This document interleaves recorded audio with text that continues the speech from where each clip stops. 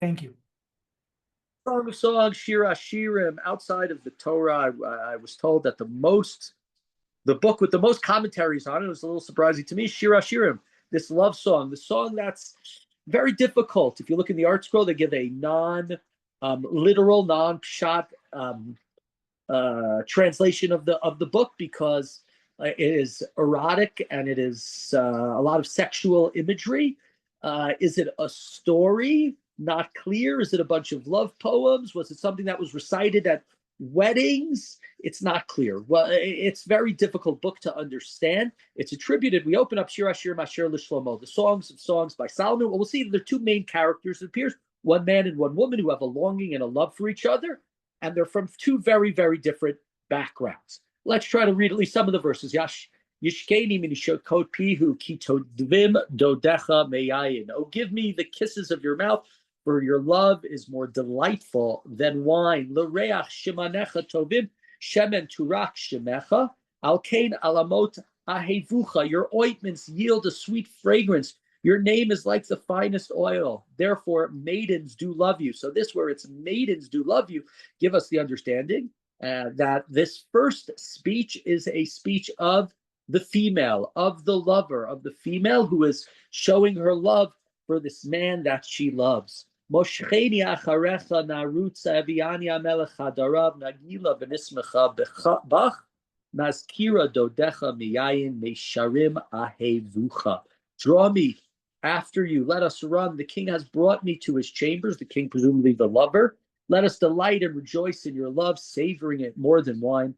Like new wine, they love you. And she continues. Shechorani v'na'ava benot Yerushalayim kolei kedar kirat shlomo. So this is the woman, and presumably she is more dark-skinned. And we'll see later on, she's more dark-skinned because she works out in the fields. It's a little bit of like a Snow White tale, if I'm getting or Cinderella tale, where she has these brothers who are making her stay out in the field and work or watch the fields. And maybe they're mean stepbrothers. But she's shchora, she's dark, but she's na'ava, she's beautiful. Daughters of Jerusalem, she's saying to them, like the tents of Kedar, like the pavilions of Shlomo. Al tiruni shani shach rechorer shechar choret shazaftani hashamesh b'nei imi nahuravi samuni notera et hakramim karmi sheli lo natarti. Don't stare at me because I am swarthy.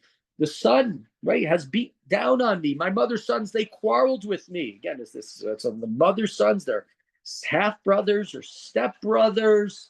They made me guard the vineyards. My own vineyards, I did not guard. They left me out there. So I look different than you, and maybe I'm lesser than you, and you think, and maybe my hands are, more of a person who's worked hard and been out in the field, but don't look at me less because of the way that I've been. And this is part of the difficulty of the book, is you have people from two different backgrounds, whether it be the king or a noble of some sort that is the male lover. You have this woman that seems more of like a country bumpkin.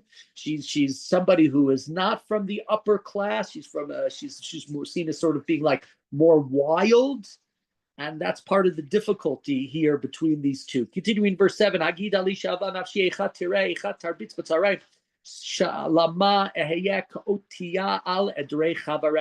me, you whom I love so well, where do you pasture your sheep? Where do you rest them at noon? Let me not be as one who strays besides the flock of your fellows. If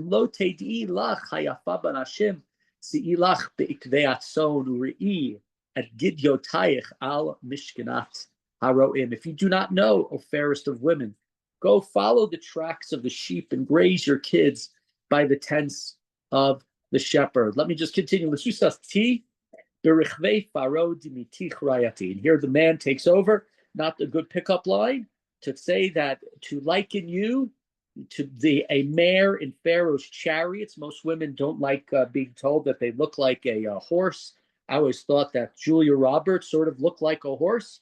She's very beautiful, but for some reason, to me, she looks like a horse, not in an insulting way. So, but most people are okay with Julia Roberts' physical appearance. So, but right, he is not from the country.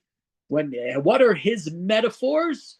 The horses of Pharaoh's chariots, royal, regal, strong, beautiful. Na'avu lechayayich batorim tzavarech bacharuzim. Your cheeks are comely with plaited wreaths, your neck with strings of jewels. Is he giving her jewels? Is that what he's saying? When he's with her, he can give her these things. She wouldn't think she has these jewels.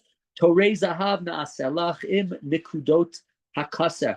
We will add wreaths of gold to your spangles of silver. Ad shehamelech b'misibo nirdi natan recho. While the king was on his couch, my nard gave forth its fragrance. And here, the analogies that he's using, the king on his couch, the gold, the jewelry. What he knows is not working in the field. What he knows is not the mean stepbrothers. What he knows is not her looking lesser.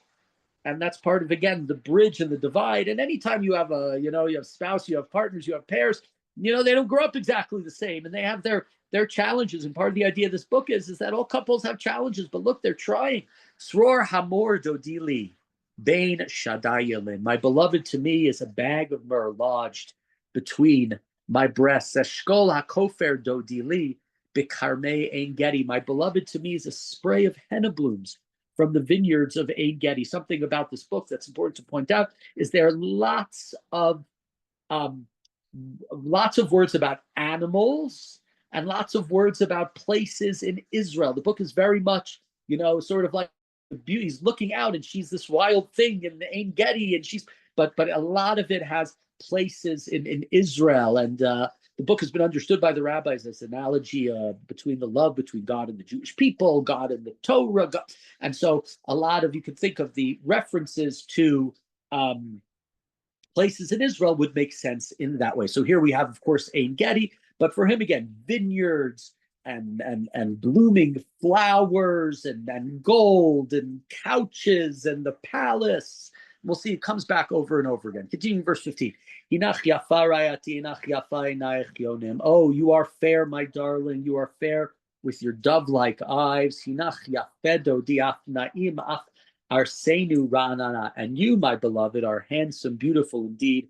Our couch, right, is in Boer. Korot batenu arazim. Rahitenu birotim. Cedars are the beams of our house.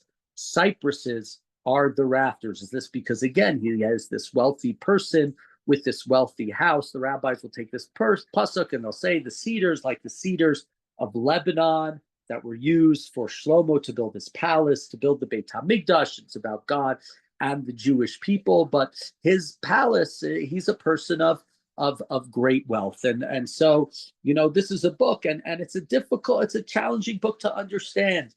There are those that it appears, what did Rabbi Akiva say about this book? He says that all the Sfarim are Kodesh, but Shir Hashirim is Kodesh Kodashim. Shir Hashirim is about love. And we think about Judaism, a religion that's very much about laws. You can do this, you can't do that, you can do this, you can't do that. But you need to have, behind all the laws, you need to have that love. You need to have that sense of companionship. And that's what this book is expressing in many, many ways.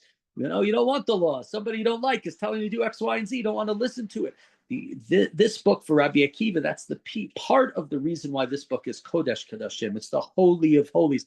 It's the intimacy of the Holy of Holies. It's the place of only God and the Kohen Gadol once a year. It's a book of intimacy, a book of, right, not just like almost erotic partnership and analogies of erotic might be a little too much of the word, but love and it's a book that describes this loving relationship. And without it, what's the point of all these laws? Why would you want to keep these laws? Why would you want to follow what God wants to do if God doesn't love you and you don't love God, if that's not behind you? Why are you in a partnership with your spouse if there's not this love behind the scenes? And that's why you're willing to do what they ask, and they're willing to do what you ask, and you go above and beyond. And so that's just some different aspects and different understandings. Like I said, it's a very, very difficult book to understand. There's no sort of straight plot line. There are those who try to make a plot line for it, and those are some of the reasons the book is difficult. So we'll try to just point out different aspects and different pieces to it, and hopefully make some sense of it as we look through it. So we will stop there, and we'll continue with the second chapter come tomorrow.